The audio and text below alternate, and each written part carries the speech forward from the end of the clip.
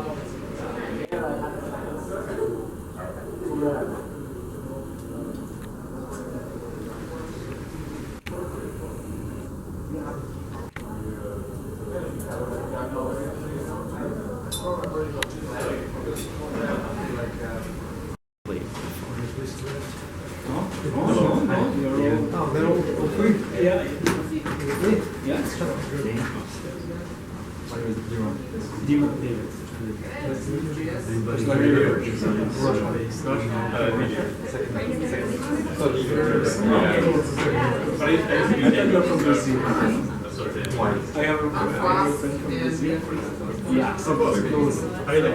wanted to guess.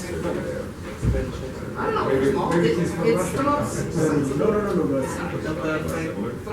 But just the first two people that import anyways. So we want to do I'm from Boston. So it's kind of like there's JavaScript is kind of like the import export and all that. Yeah, and with TypeScript, there's like static JavaScript that takes Eventually you gotta grow up, right? Yeah. Well, basically, I'm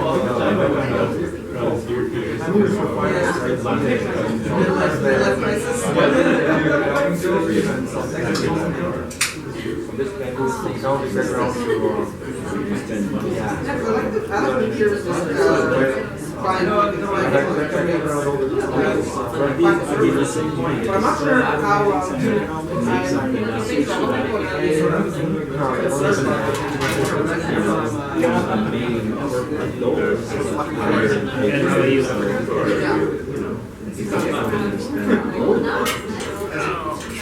going to talk about Sphinx, but I'm actually mostly going to talk about documentation. So having some documentation always trumps having no documentation.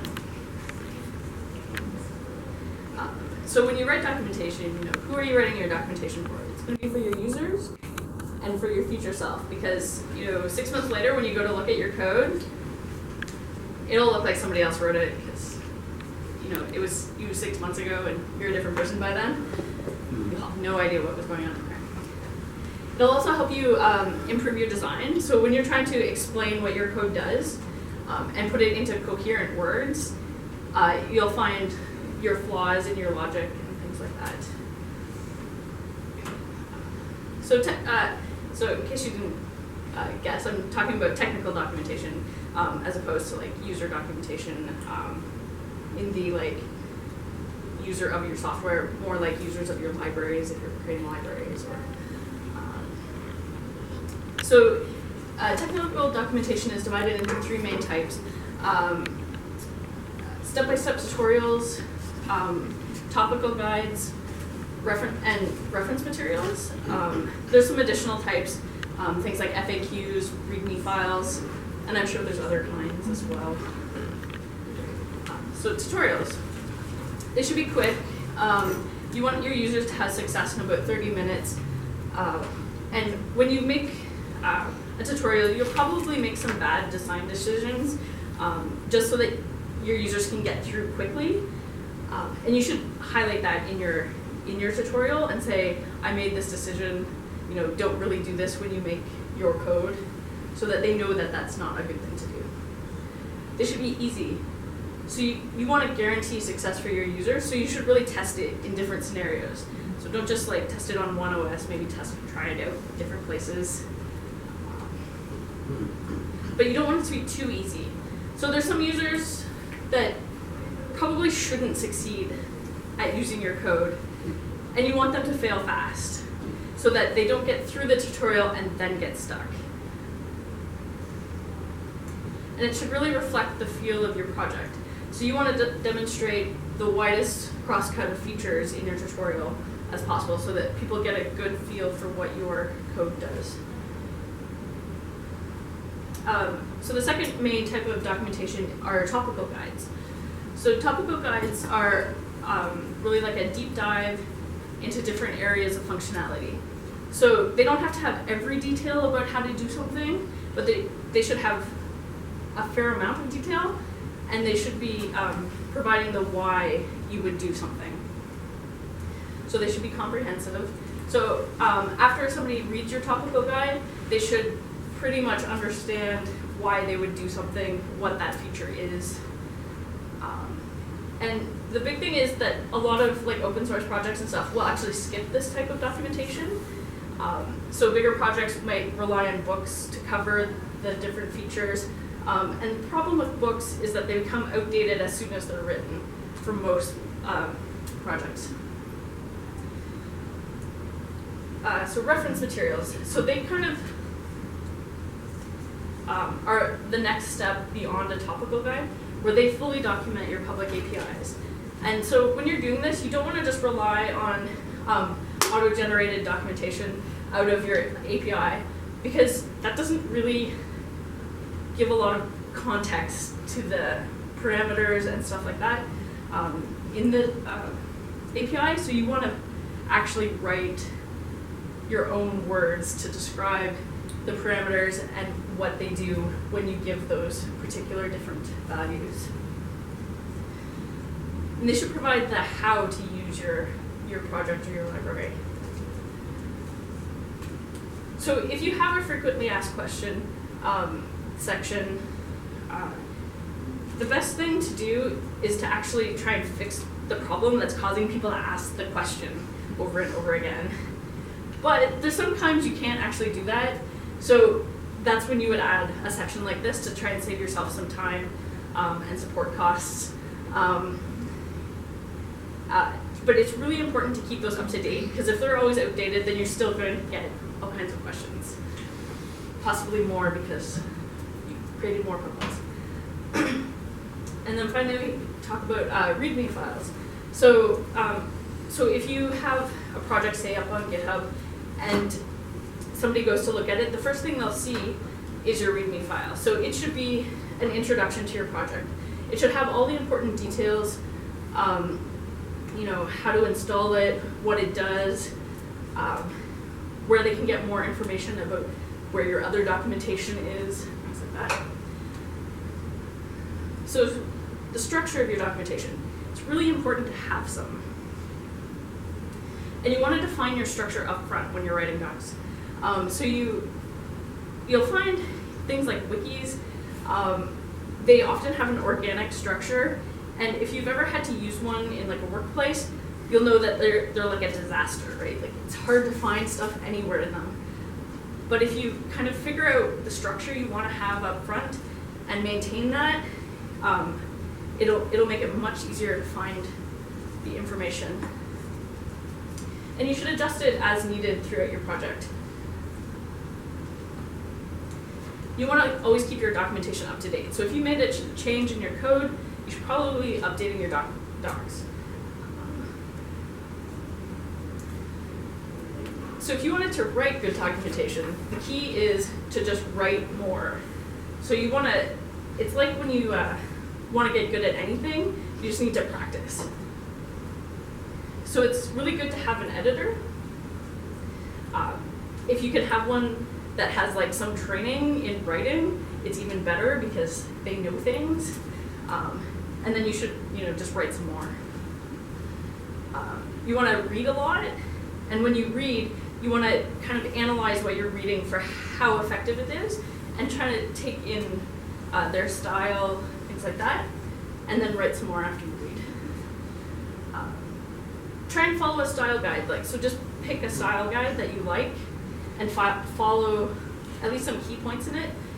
Most style guides are written for academic purposes, which doesn't actually translate that well into technical docs. So you're probably going to follow it fairly loosely, but at least be consistent, and then write some more. So style.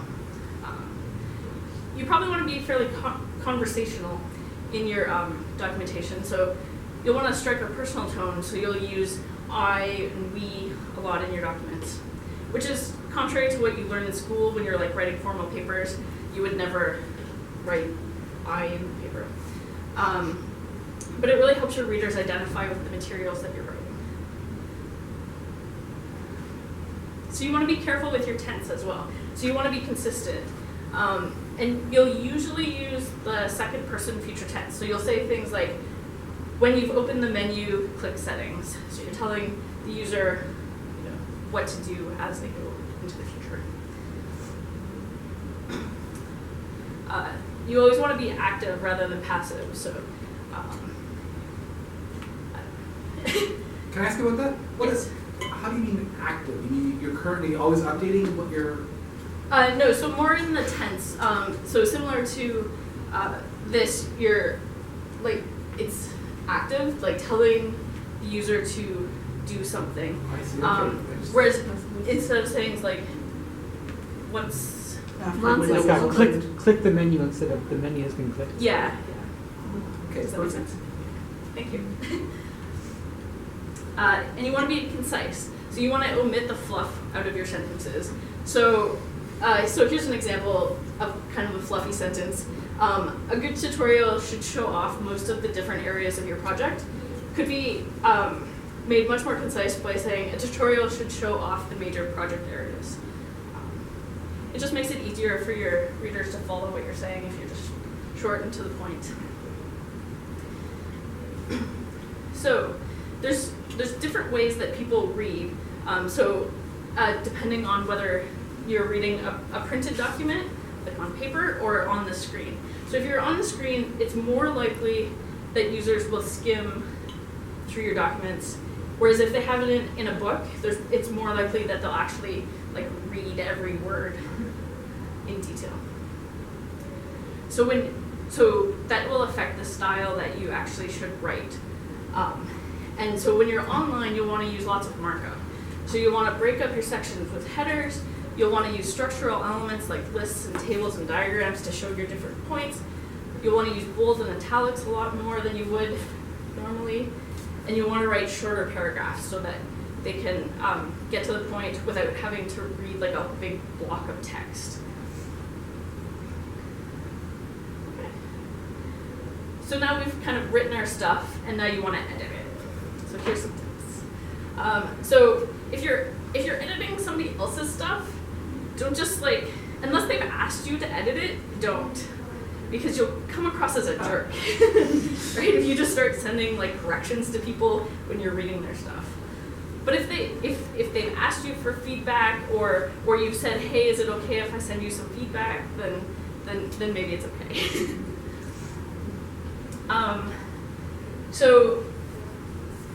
So these suggestions I actually got from a blog post by Jacob Kaplan-Moss, who suggested. He has a lot of experience writing documentation and writing in general. And one of his suggestions is to actually edit on paper because of the way that people read differently. That you'll find more errors if you actually have it printed because you'll read it more closely. And when you're editing, you want to have your references readily available to you, so you don't have to like stop and go and get stuff. So you'll want to have your style guide that you're following, your dictionary, your thesaurus, whatever other references you need. You want to make sure that you read slowly. You might even want to try reading it out loud, because then you'll make sure that you're actually reading everything and not just skimming through it. And you'll want to read it multiple times. So you'll catch probably about like 80 to 90% of the errors each time you go through. So each time you read it, you'll catch more. And you'll never like catch everything, right? So at some point you just have to stop. So maybe like 2 or 3 times. And you want to be consistent in your style when you're editing. So if you're editing for somebody else especially, you don't want to keep like telling them opposite things, because then they'll never know what you're trying to get out of them. So self-editing is really hard because you wrote it, you know what you were trying to write, and you'll probably miss the things that are obviously wrong there. You'll just keep skipping over the same errors. So there's specific tips that will help you edit your own work. So you want to separate editing from writing. So this is more of a tip to help you in your writing, that you're not always editing as you're going, because that will really break your flow while you're trying to write. You want to leave some time between writing and editing, so that in the same way that when you look back at your code, it looks like somebody else wrote it. if you leave some time in anything you write, it'll look like somebody else wrote it. And you want to, another suggestion that he had in that blog post was to try changing the margins. So just reformatting the document a little bit from the format that you wrote it in will change the way it looks enough that it will trick your brain into being able to see it differently. You might want to try editing in a different location. So if you wrote it at home, maybe print it out and take it to Starbucks. You know, who knows? Okay, so that was the documentation portion. So now we'll go into Sphinx. So what Sphinx is a document generation program, or tool. And basically it lets you generate beautiful documentation from plain text. So it lets you, it's really focused on handcrafted documentation, and it has the ability to pull in autodoc, so generating things directly from your source code. And a little bit of history about it. So it was created for Python's new documentation in about 2008. It was publicly released so that anybody could use it. And it's now used by a lot of different projects. So Sphinx is based on restructured text. So restructured text is a plain text markup. So one of the benefits of that, as opposed to something like a Word doc, is that it can be really easily stored in source control, which makes developers happy. Okay.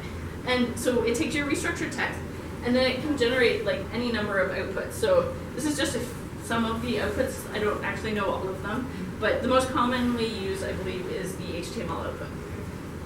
But if you wanted to create a man page, you could do that. And so it's based on docutils, which is a Python library that does the same thing, but only for a single document. So you can take a single restructured text and generate any of those formats that were there. What Sphinx does is let you do it for a whole set of documents and generate a nice hierarchy. So restructured text. So many of you have probably seen markup, like if you've written HTML or anything like that, you'll know that it makes your text really hard to read as soon as you get any sort of complication in your markup. So restructured text was based on some other simple markup, but it was meant to be really readable and really simple. But it's still powerful enough for non-trivial uses. So if you've used something like Markdown, which I think is what GitHub uses for its README for most part, it's very similar to that. It has like a common subset of markup, but it's more powerful and extensible than Markdown is. So here's an example. So this upper example is a restructured text chunk. This is the HTML that would be generated. I cheated a little and hand coded this, so it may not exactly be what gets output, but it's pretty close. And then it would generate, it would look like that once you rendered it. So some of the benefits that Sphinx give you. So I mentioned that it actually it can handle cross-referencing. So it actually does has semantic markup, so you can mark things as like functions or classes and glossary items, whatever, that then you can reference other places. You can say, I want to link to this class, and it will create a link between your documents without having to know the URL that's going to be generated. So it's hierarchical. It has a hierarchy. So it lets you have multiple files, and you can create a whole document tree that you can easily define. So they have like a keyword called like TOC tree, and then you can like link your files, and they can each have TOC trees in them, and you can make like a nice table of contents. And it will automatically create links from parents to children to siblings. It will generate indices for you, so it'll create like a general index of all your pages and your objects in your documents. It can also create an index of all the Python modules that you have. It has built-in search, so you, if you were writing your documentation from scratch, you would have to set up like Solar Search or some other kind of search engine behind your documentation if you wanted to be able to search it. So you get that for free. You're just talking about the HTML output right now? Yeah. Because PDF you can search, right? Yeah. Yeah, I'm not sure if it gives you anything in other formats either on top of with search. Well, yeah, the particular. PDF would be OCR, so you can Yeah. search that. So it supports code highlighting. So if you want to say this is a chunk of Python, it will use pigments then to highlight the different keywords. And it supports other languages other than Python. So you can throw some JavaScript in there or whatever pigments supports, which I believe is a fairly wide range of things. It's extensible. So there's a whole bunch of built-in extensions. So a couple examples. So there's Sphinx, which lets you link to other people's documentation that's out on the web. So if you wanted to link to some particular Python modules documentation, say reference this random class that's in theirs, you could do that using that module. There's Autodoc, which will go through your source code and pull out all your doc strings. So you can use it to automatically generate your API doc, which I said you shouldn't do, but it can be useful. You could have it pull in your the class definition, and then you could write right underneath that. You could handcraft some more details about that definition and have them tied together like that. And with that, if you write your doc strings in restructured text, it will be nicely formatted then when it comes in to Sphinx. There's also, as well as the built-in extensions, there's a whole bunch of user contributed extensions, and you can build your own as well. So if you want to put a YouTube video in your docs, you can do that. If you wanted to document some MATLAB code, there's an extension. If you wanted to have some Matplotlib graphs, or if you wanted to have equations, you can do that with the Matplotlib extension. So some uses for Sphinx. Technical documentation, of course. Maybe you want to make a blog and you just want to, check in your restructured text files and then have it generate some HTML. So with Sphinx, you have control over the templates that are used to generate. So you could do something like that. Maybe you want to do your school assignments because it has the nice formatting. You could dump it out to a PDF and email it. Maybe you're going to write a novel and you want it to generate a website. So some related tools. So there's this thing called Read the Docs. So if you've looked at many Python documentation module documentations, you've probably been at Read the Docs because a lot of people host their docs there.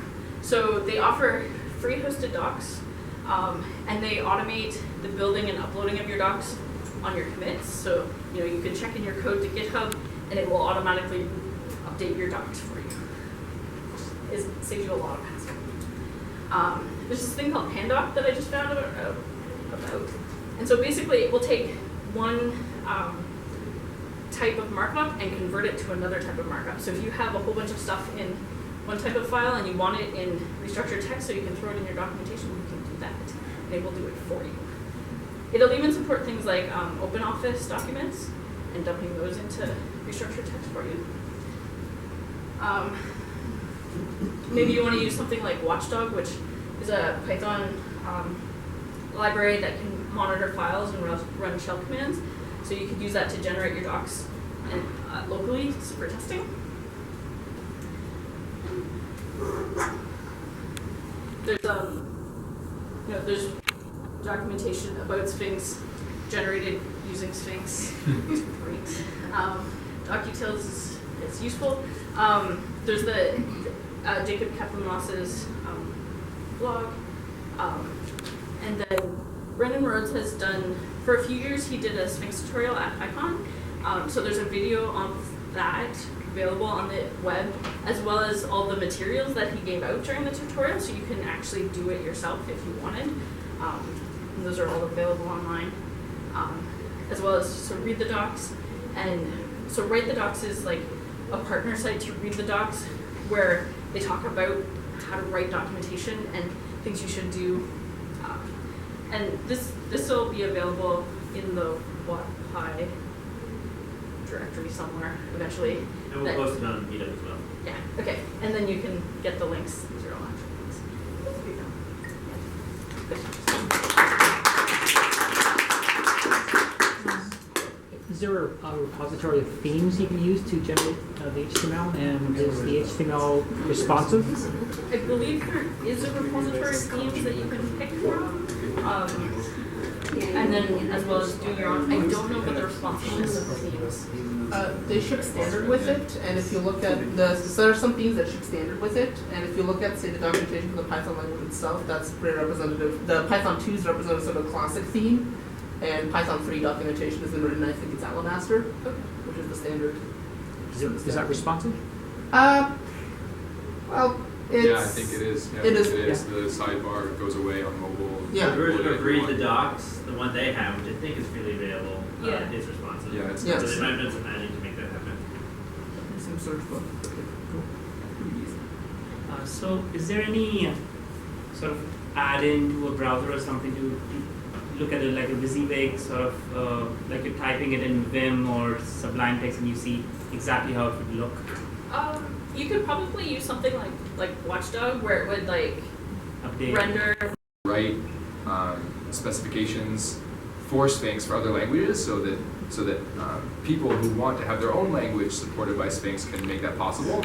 So they'll write a domain. So MATLAB is one domain that I use frequently, and there are domains for every language that I have been interested in so far.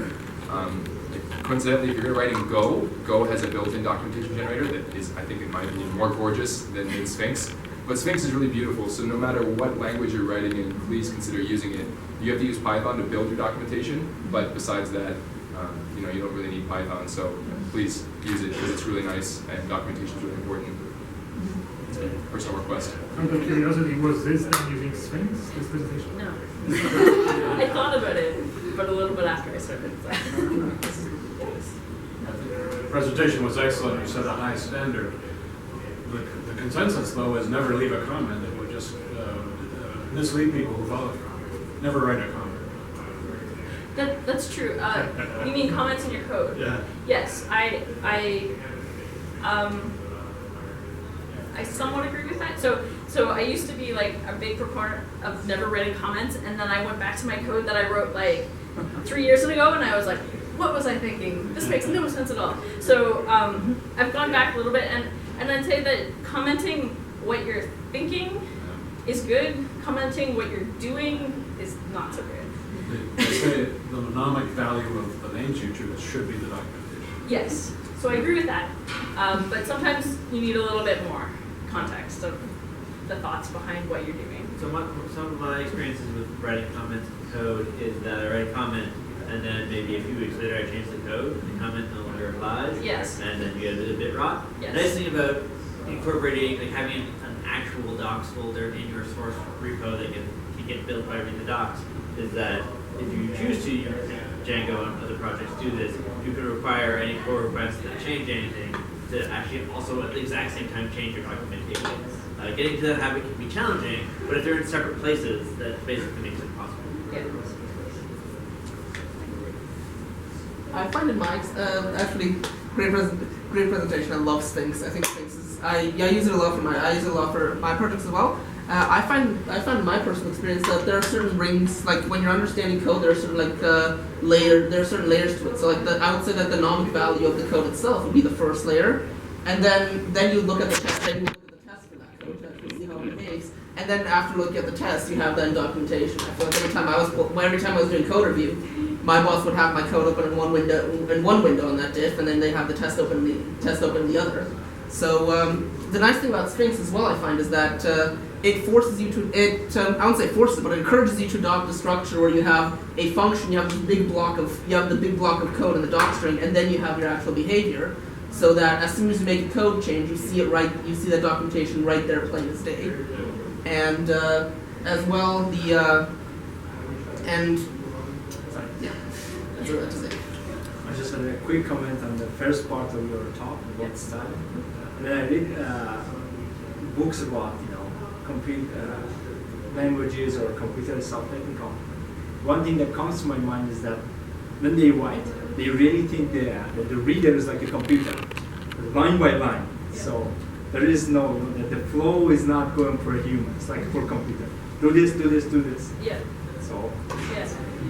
Yeah, you'll find like books that are written where they're actually like having a conversation with you. They're a lot easier to read, and I find I get a lot more out of them. Like I actually enjoy reading them, and I'll read the whole thing. Right? It's not like I'll read a chapter and then I'm like, I'll just get that over there. Another comment is, in my experience, I found that anytime that you invest in doing a diagram or some kind of graphic, usually is well worth it. Mm-hmm. And also, along the same lines, spending time on thinking of really good code examples Yeah. is way better than trying to explain the same thing. Definitely. Did everybody hear what he said? He said it's really good to invest in making diagrams and then spending the time thinking of a really good code example rather than trying to like take words and explain what you're trying to show them. Just show them. And Sphinx is great for that when it comes to syntax highlighting, because you just literally say, this is a block of Python, you write your code in, and then it highlights it, for you. The problem with diagrams is software maintenance. If you change the code, then you have to change the diagram to come back to the UML Yes. dilemma. Yes. Yeah. Yeah. So this one will support nice. Apparently, there's an exception to do nice ASCII art. So you can like do your diagrams in ASCII art, and they're right there. You can change them in plain text too. Do you know if it supports ticks? I don't know. I didn't look. Found the LaTeX guy. Hashtag LaTeX free node, I'm on there. I also saw in documentation, try yourself section when you can just write part of the code and you can see the result immediately. Does Sphinx support it? Yeah, like testing, like having it run that chunk of code. Yes. Yeah, Yes. yeah, you can get it to do that as well. Mm-hmm.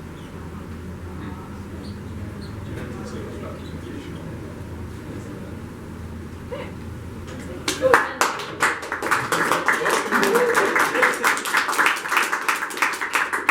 so I don't know if Albert's are you coming back? Okay, so if you like this and you want to try out Sphinx if you haven't, we are planning on doing a tutorial in June, along with another tutorial. I'll let Albert talk. Oh, sure.